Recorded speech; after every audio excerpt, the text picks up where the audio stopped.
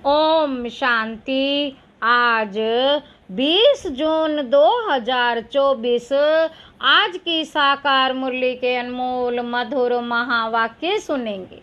मीठे मीठे बाबा के मीठे बच्चे, अब चन्ने मुट्ठी के पीछे अपना समय बर्बाद नहीं करो। अब चन्ने मुट्ठी के पीछे अपना समय बर्बाद नहीं करो। अब बाप के मददगार बन बाप का नाम बाला करो।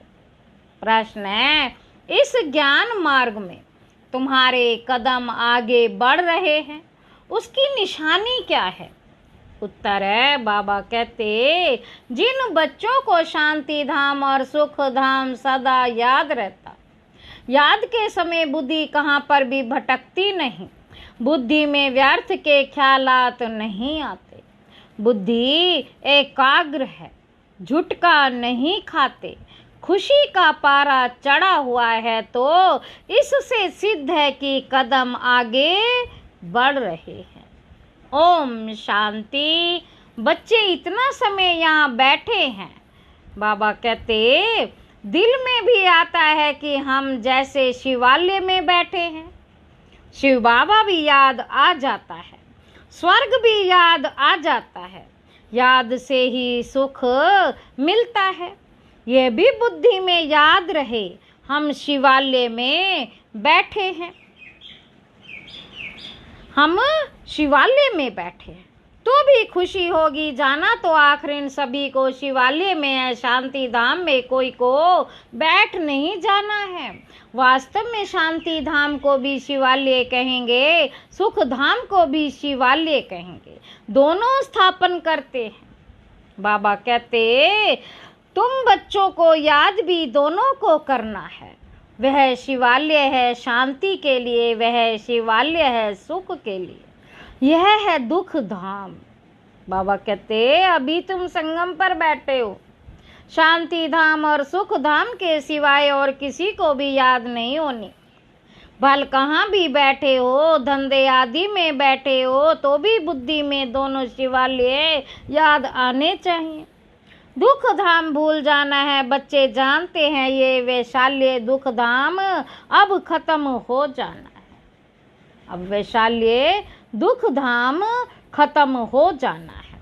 यहाँ बैठे तुम बच्चों को झुटका आदि भी नहीं आना चाहिए। बहुतों की बुद्धि कहाँ कहाँ और तरफ चली जाती, माया के विघन पड़ते हैं। तुम बच्चों को बाप घड़ी घड़ी कहते, बच्चे मन मना भव, भिन्न भिन्न प्रकार की युक्तियाँ भी बतलाते हैं। यहाँ बैठे हो बुद्धि में यह याद करो कि हम पहले शांति धाम शिवालय में जाएंगे, फिर सुख धाम में आएंगे। ऐसा याद करने से पाप कटते जाएंगे।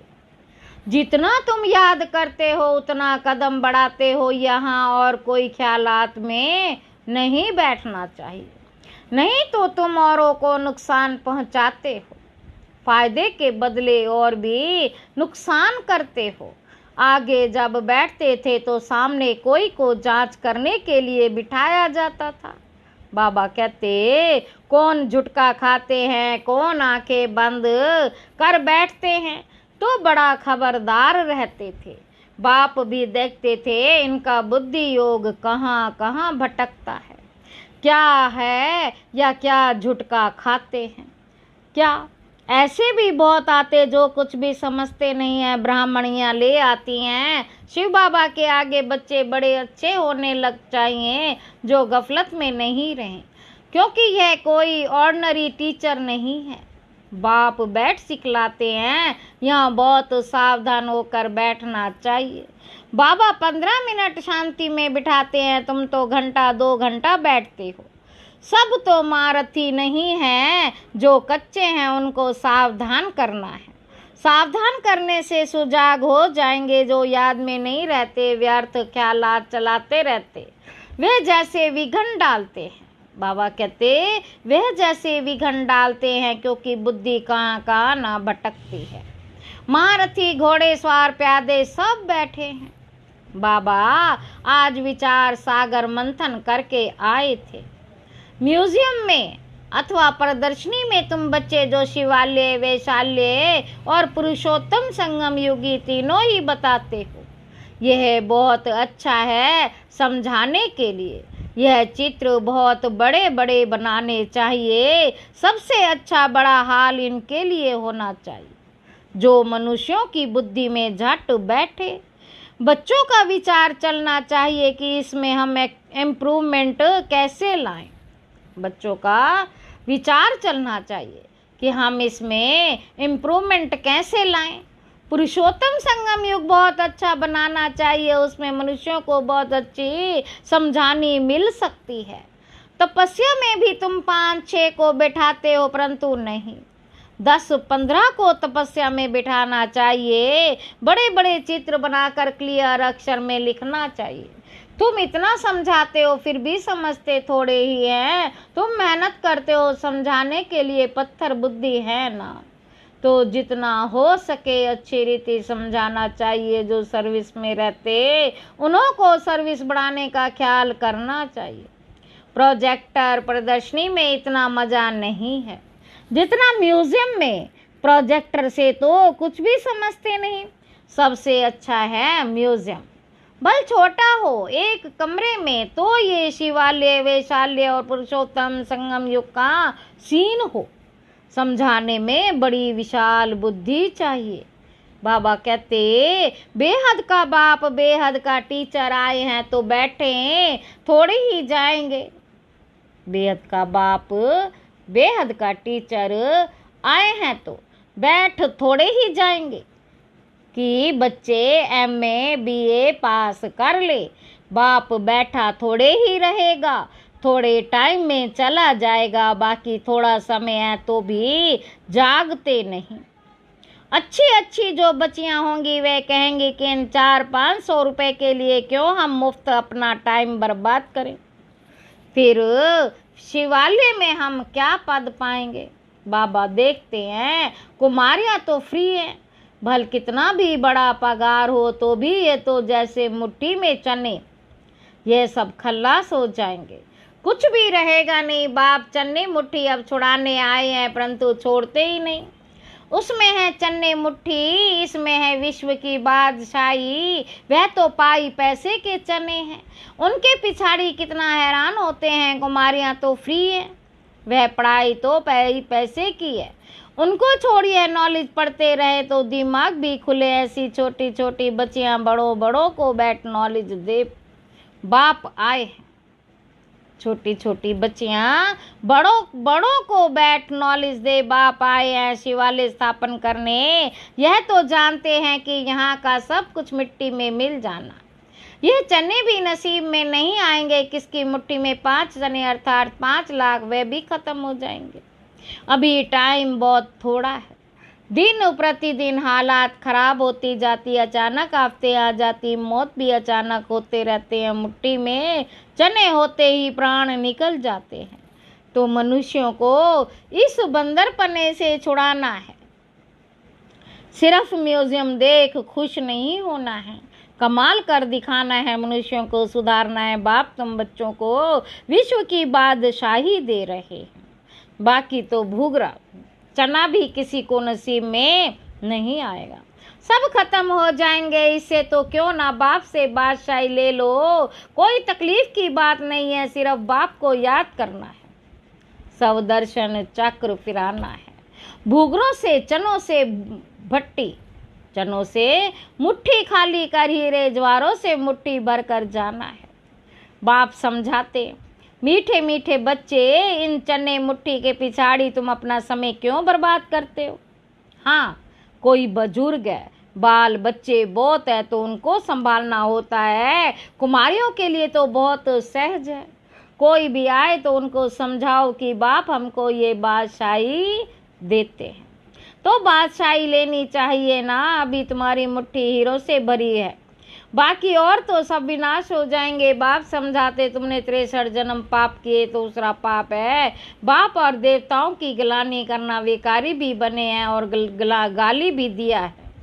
विकारी भी बने, गाली भी दिया और बाप की कितनी गिलानी की। बाप बच्चों को बैठ समझाते हैं, बच्चे टाइम नहीं गंवाना। ऐसे नहीं बाबा हम याद नहीं कर सकते, बोलो बाबा हम अपने को आत्मा याद नहीं कर सकते। अपने को भूल जाते हैं, देह अभिमान में आना गोया अपने को भूलना, अपने को आत्मा याद नहीं कर सकते तो बाप को फिर कैसे याद करेंगे। बहुत बड़ी मंजिल है, सहज भी बहुत है, बाकी हाँ माया का ओपोजिशन होता है। मनुष्य गीता आदि भल पढ़ते हैं परंतु अर्थ कुछ भी नहीं समझते। भारत की है ये मुख्य गीता। हर एक धर्म का अपना अपना एक शास्त्र है। जो धर्म स्थापन करने वाले हैं उनको सतगुरु नहीं कह सकते, यह बड़ी भूल है। सतगुरु तो एक ही है, बाकी गुरु कहलाने वाले तो ढेर हैं। कोई ने कारपेंटर का काम सिखाया, इंजीनियर का काम सिखाया तो वे भी गुरु हो गया। हर एक सिखलाने वाला गुरु होता है। सतगुरु एक ही है। अब तुमको सतगुरु मिला, वे भी सत्य बाप भी है तो सत्य टीचर। इसीलिए बच्चों को जास्ती गफलत नहीं करनी चाहिए। बाबा कहते यहाँ से अच्छी रीति रिफ्रेश होकर जाते हैं, फिर घर जाने से यहाँ का सब कुछ भूल जाते। गर्भ जेल में बहुत सजाएं मिलती हैं, वह तो गर्भ महल होता है, वे कर्म कोई होता ही नहीं जो सजा खानी पड़े। यहाँ तुम बच्चे समझते हो हम बाप से सन्मुख पढ़ रहे हैं, बाप हमारे बाप से सन्मुख पढ़ रहे हैं। बाहर अपने घर में तो ऐसे नहीं कहेंगे, वहाँ समझेंगे भाई पढ़ाते हैं। यहाँ तो डायरेक्ट बाप के पास आए हैं, बाप बच्चों को अच्छी रीति समझाते हैं। बाप की और बच्चों की समझाने में फ़र्क हो जाता है, बाप की और बच्चों की समझाने में फ़र्क हो जाता। बाप बैठ बच्चों को सावधान करते हैं, बच्चे बच्चे कह समझाते हैं। तुम शिवालय और वैशाल्य को समझते हो, बेहद की बात है, ये क्लियर कर दिखाओ तो मनुष्यों को कुछ मज़ा आए। वहाँ तो ऐसे ही हंसी कुंडी में समझाते हो, सीरियस हो समझाओ तो अच्छी रीति समझें।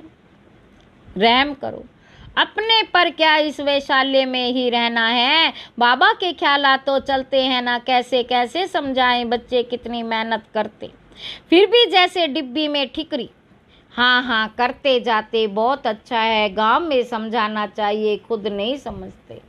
साहूकार पैसे वाले लोग तो समझेंगे भी नहीं, बिल्कुल अटेंशन ही नहीं देंगे, वे पिछाड़ी में आएंगे, फिर तो टू लेट का हो जाएगा। ना उनका धन काम में आएगा, ना योग में रह सकेंगे। बाकी हाँ सुनेंगे तो प्रजा में आएंगे। गरीब बहुत पद पा सकते हैं, गरीब बच्चे बहुत ऊंचा पद पा सकते हैं। तुम कन्याओं के पास क्या है, कन्याओं को गरीब कहा जाता है क्योंकि बाप का वर्षा तो बच्चे को मिलता है, बाकी कन्या दान दिया जाता है। तुम बेकार में जाती हो, कहेंगे शादी करो तो पैसे देंगे, पवित्र रहना है तो एक पाई भी नहीं देंगे। मनोवृत्ति देखो कैसी है। तुम कोई से भी डरो मत, खुली रीति समझाना चाहिए, फुर्त होना चाहिए। तुम तो बिल्कुल सच कहते हो, यह है संगम युग। उस तरफ है चन्नी मुट्ठी, इस तरफ है हीरों की मुट्ठी। अभी तुम बंदर से मंदिर लायक बनते हो, पुरुषार्थ कर हीरे जैसा जन्म लेना चाहिए। बाबा कहते शक्ल भी बहादुरी शेरनी जैसी होनी चाहिए। कोई कोई की शक्ल जैसे रीढ़ बकरी मिसल, थोड़ा आवाज से डर जाएंगे तो बाप सभी बच्चों को खबरदार करते। कन्याओं को तो फंसना नहीं चाहिए, और ही बंधनों में फंसेंगे तो फिर विकार के लिए डंडे खाएंगे। ज्ञान चरित्र धारण करेंगे तो विश्व की महारानी बनेंगे। बाप कहते मैं तुमको विश्व की बादशाही देने आया हूँ, परंतु किसी किसी के नसीब में नहीं है। बाप है ही गरीब निवास, गरीब है कन्याएं। माँ बाप शादी नहीं करा सकते हैं तो दे देते हैं, तो उनको नशा चढ़ना चाहिए। हम अच्छी रीति पढ़कर पद तो अच्छा पाएं। अच्छे स्टूडेंट जो होते हैं वह पढ़ाई पर ध्यान देते हैं। हम पास विद ऑनर हो जाएं, उनको ही फिर स्कॉलरशिप मिलती है। जितना पुरुषार्थ करेंगे उतना ऊंच पद पाएंगे। वह भी 21 जन्म के लिए। यहाँ है अल्पकाल का सुख। आज कुछ मर्तबा कल मौत आ गया खल्लास। योगी और भोगी में फर्क है ना, तो बाप कहते हैं गरीबों पर ज़्यादा टेंशन दो। साहूकार मुश्किल उठाएंगे, सिर्फ कहते बहुत अच्छा है, यह संस्था बहुत अच्छी है, बहुतों का कल्याण करेगी, अपना कुछ भी कल्याण नहीं करते। बहुत अच्छा कहा। बाहर गए खल्लास। माया डंडा उठाकर बैठी है जो हौसला ही गुम कर देती है। एक ही थप्पड़ लगने से अक्ल चट कर देती है। बाप समझाते हैं भारत का हाल देखो क्या हो गया।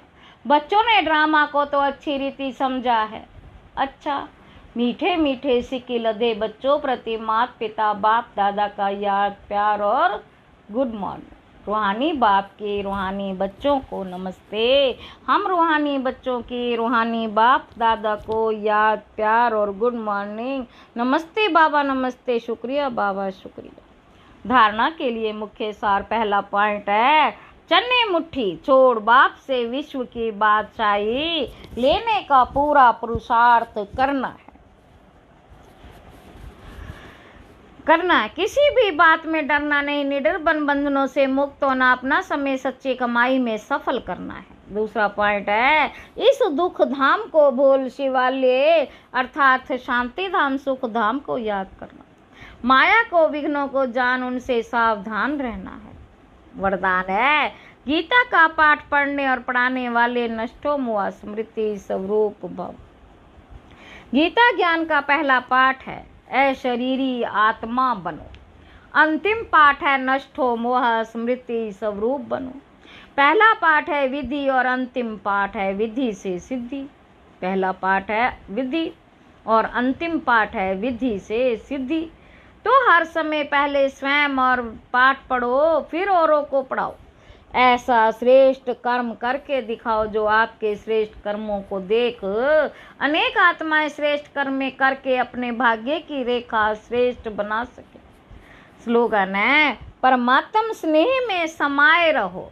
परमात्म स्नेह में समाये रहो तो मेहनत से मुक्त हो जाएंगे। अच्छा, ओम शांति।